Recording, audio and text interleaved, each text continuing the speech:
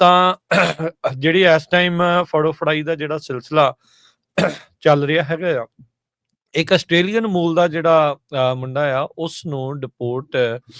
ਕਰ ਦਿੱਤਾ ਗਿਆ। ਉਹਨੇ ਇਹ ਦਾਅਵਾ ਕੀਤਾ ਵੀ ਮੈਨੂੰ ਟਾਰਗੇਟ ਕੀਤਾ ਗਿਆ ਇਸ ਲਈ ਕਿਉਂਕਿ ਮੈਂ ਪ੍ਰੋ ਪੈਲਸਟੀਨ ਸਟੂਡੈਂਟ ਪ੍ਰੋਟੈਸਟ ਦੇ ਹੱਕ ਦੇ ਵਿੱਚ ਲਿਖਿਆ ਸੀ। ਅਲਿਸਟਰ ਕਿਚਨ ਨਾਂ ਦਾ ਇਹ ਬੰਦਾ ਕਹਿੰਦੇ ਵੀ ਉਸ ਨੂੰ ਡਿਟੇਨ ਕੀਤਾ ਗਿਆ, ਸਵਾਲ ਕੀਤਾ ਗਿਆ ਜਦ ਉਸਦੇ ਉਹਨੂੰ ਸਵਾਲ ਪੁੱਛੇ ਗਏ ਇਜ਼ਰਾਈਲ ਤੇ ਪੈਲਸਤੀਨ ਦੇ ਮੁੱਦੇ ਦੇ ਉੱਤੇ। ਐਲਏ ਤੋਂ ਮੈਲਬਰਨ ਨੂੰ ਬਾਅਦ ਦੇ ਵਿੱਚ ਕਹਿੰਦੇ ਵੀ ਇਸ ਨੂੰ ਡਿਪੋਰਟ ਕਰ ਦਿੱਤਾ ਗਿਆ। ਇਹ ਐਲਿਸਟਰ ਕਿਚਨ ਕਹਿੰਦੇ ਵੀ ਮੈਲਬਰਨ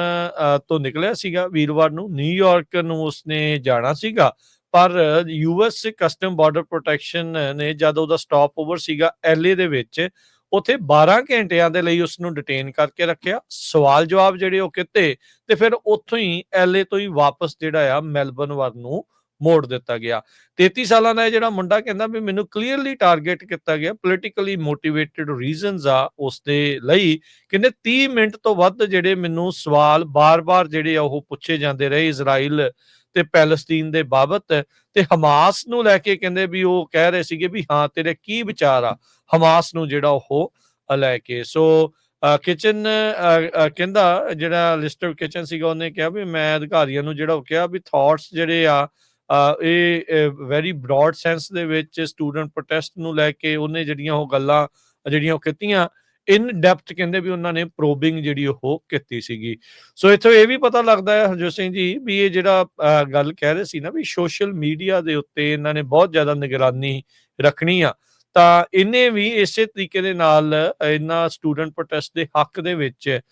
ਜਿਹੜਾ ਉਹ ਲਿਖਿਆ ਸੀਗਾ ਤੇ ਉਹਦੇ ਕਰਕੇ ਜਿਹੜਾ ਇਸ ਨੂੰ ਜਿੱਦਾਂ ਹੀ ਐਲਏ ਦੇ ਵਿੱਚ ਉਤਰਿਆ ਆ, ਉੱਥੋਂ ਉਹਨੇ ਨਿਊਯਾਰਕ ਦੀ ਫਲਾਈਟ ਫੜਨੀ ਸੀ, ਉਹ ਤੋਂ ਪਹਿਲਾਂ ਜਿਹੜਾ ਉਸ ਨੂੰ ਫੜ ਕੇ ਜਿਹੜੇ ਚੰਗੇ ਸਵਾਲ ਜਵਾਬ ਆ ਇਸ ਬਾਬਤ ਜਿਹੜੇ ਉਹ ਕੀਤੇ ਗਏ ਹੈਗੇ। ਕਹਿੰਦੇ ਸੀਬੀਪੀ ਨੇ ਮੈਨੂੰ ਸ਼ਰੇਆਮ ਜਿਹੜਾ ਉਹ ਕਿਹਾ ਵੀ ਰੀਜ਼ਨ ਜਿਹੜਾ ਤੈਨੂੰ ਡਿਟੇਨ ਕਰਨ ਦਾ ਉਹ ਇਹੀ ਆ ਵੀ ਤੂੰ ਕੋਲੰਬੀਆ ਸਟੂਡੈਂਟ ਪ੍ਰੋਟੈਸਟ ਦੇ ਬਾਬਤ ਲਿਖਿਆ ਸੀਗਾ। ਇਹ ਗਾਰਡੀਅਨ ਆਸਟ੍ਰੇਲੀਆ ਦੇ ਲਈ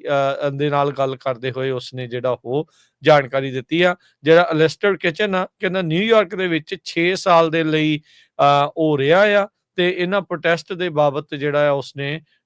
ਲਿਖਿਆ ਸੀਗਾ ਜਦ ਆਸਟ੍ਰੇਲੀਆ ਦੇ ਵਿੱਚ ਸੀਗਾ 2024 ਦੇ ਵਿੱਚ। ਕਹਿੰਦਾ ਮੈਂ ਕ੍ਰੀਏਟਿਵ ਰਾਈਟਿੰਗ ਸਟੂਡੈਂਟ ਆ, ਇਹਨਾਂ ਪ੍ਰੋਟੈਸਟ ਦੇ ਬਾਬਤ ਆਪਣੇ ਪਰਸਨਲ ਬਲੌਗ ਦੇ ਲਈ ਇਨ ਡੈਪਥ ਲਿਖਿਆ ਸੀ, ਪਰ ਇੱਥੇ ਆਉਂਦਿਆਂ ਹੀ ਉਸਨੂੰ ਸਵਾਲ ਜਵਾਬ ਕਰਕੇ 12 ਘੰਟੇ ਡਿਟੇਨ ਕਰਕੇ ਰੱਖਿਆ ਤੇ ਫਿਰ ਇਵੈਂਚੁਅਲੀ ਵਾਪਸ ਡਿਪੋਰਟ ਕਰ ਦਿੱਤਾ ਗਿਆ।